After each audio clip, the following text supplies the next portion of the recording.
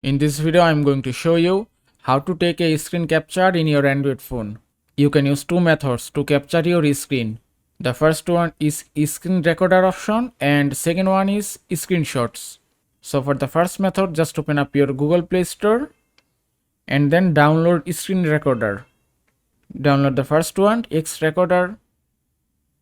Give it a moment. You can see it's complete. Now just open it. Just close it.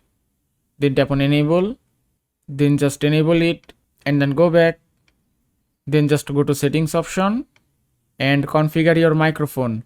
You have to select internal and microphone, then just give permission and then go back, then tap on video.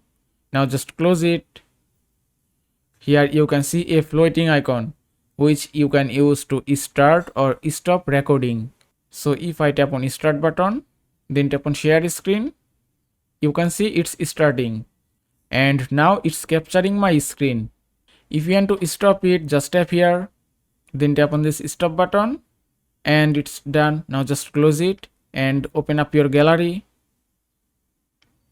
and that's it. Here you can find your recorded video. For the second method, just go back and then swipe down and here you can find the screenshot option. Just tap here. That's it.